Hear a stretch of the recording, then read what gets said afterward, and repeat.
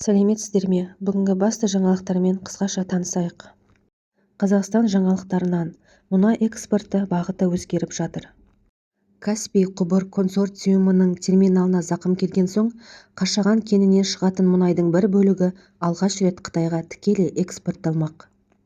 Қазақстан альтернативті маршрут Атасу-Алаш-Жанкоу құбыры арқылы Қытайға 50 мың тонна мұнай жөнелтуді жоспарлап отыр. Каспий құбыр консорциумы терминалындағы зақымнан кейін экспорт көлемі қысқарған, жүктеу орны бүгінгі күнге дейін толық қалпына келмеген. Ғарышкерлер Қазақстан жеріне қонды.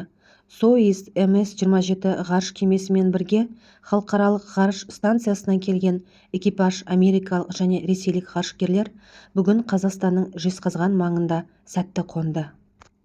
Қазақстанға, сондай-ақ Өзбекстан мен Қырғызстанға туристер көптеп барады. Бұл ішкі нарық пен экономикалық өсімге оң әсерін тигізуде. Қазақстанның көп өңірінде қар жауып, көктайғақ және боран болуы мүмкін. Әсіресе солтүстік және орталық Қазақстанда жолға шыққанда абай болу керек. Бүгін бокстан әлем біріншілігінің 6 күндік жарыстары басталды. Қазақстандық спортшылар жақсы нәтиже көрсетуге дайындалып отыр. Астанада құндылық, тұлға, болашақ халықаралық педагогикалық форумы өтті. Форумда білім, тәрбие, болашақ ұрпақ, қоғам құндылықтары туралы пікірлер, талқылаулар болды. Әлем жаңалықтарына оралсақ, Жапонияда кешке 7,5-7,6 магнитудалы жер сілкінісі болды.